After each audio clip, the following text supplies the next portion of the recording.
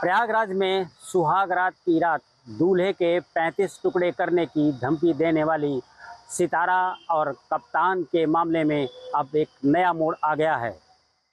इस मामले में पहली बार सितारा मीडिया के सामने पेश हुई है और उसने कहा है कि कप्तान के द्वारा उसका उत्पीड़न किया गया, उसे गुमराह किया गया, जिसकी वजह से वह कप्तान का घर छोड़कर अपने घर चली आई है। सबसे पहले यह सुनिए कि सितारा का आरोप कप्तान के ऊपर क्या है।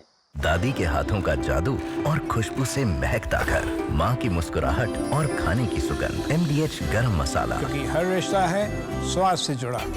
उस दिन सारी बात बता दिया, मार पीट दिया, हम सो गए। फिर उसके बाद ये हमसे फिर दूर ही बनाता रहा। मैं मम्मी पापा से बनाते थे कि चलो कोई बात ना, थके होके हुए हैं, दूर ही सही है।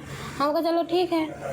फिर वही जिस दिन हमको आना था फिर उस दिन हमको मारने पीटने लगा था। बता रहा था, मैं अपने बारे में बता रहा था कि मैं 7 साल से एक लड़की से प्यार करता हूँ और एक मेरी बेटी भी है। पिक भी दिखाया था, फोटो। हमको तुम्हारी बेटी तुम्हारे रूप में नहीं गई है। कह नहीं, उसकी मम्मी तो गोरी है ना। कह मैं उसको जानता भी हूँ, रोज जाता भी हूँ मिलने। कह चलो अच्छी बात है, जाती हो तो। सितारा निषाद ने यहाँ तक कहा है कि उस रात उसको कमरे में बंद कर पीटा गया और बाथरूम का पानी तक पीने के लिए उसे मजबूर किया गया।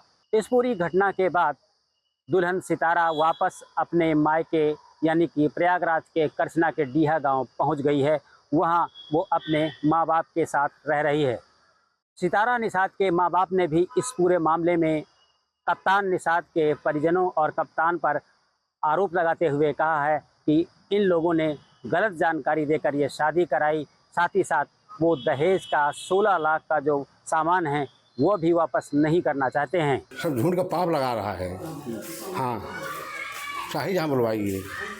शादी की होगी तो आपने देख के की होगी? क्या देखें, अब देखे होते सही नहीं निकलते, वो तो डुप्लीकेट निकल गया। क्या लड़की आपको जो बता रही क्या सच है? हाँ, वो सच है। क्या थी? हाँ, वो बता रहा है लड़की रखा है, उसके बाद लड़की भी है। हाँ, और तो उसका न माई बाप नहीं बताया, न वही समय न वो नहीं बताया कि मेरी शादी हो गई है, तो मैं क्यों शादी करते। अब अंदर का बात पेटे का हारी, हाँ हमें नहीं मालूम था। मैंने शादी मान लिया। कितना खर्च किया अपने बेटी के साथ? पर 15-16 लाख खर्च हुआ है और जोड़े तो 20 लाख के तर पहुँचे।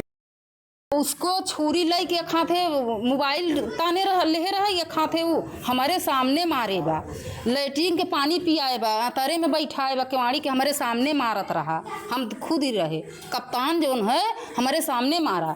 उसकी मौसी रही, उसके मामा रहे, यह लड़की हम नहीं रखेंगे, ऐसे लड़की हम नहीं रखेंगे। तब भी हम अपने लड़की के अपने घर ले आए। फिर भाई आए 4 मनाई, कहें कि इतना जल्दी लड़की के संबंध न टूटे चाहे।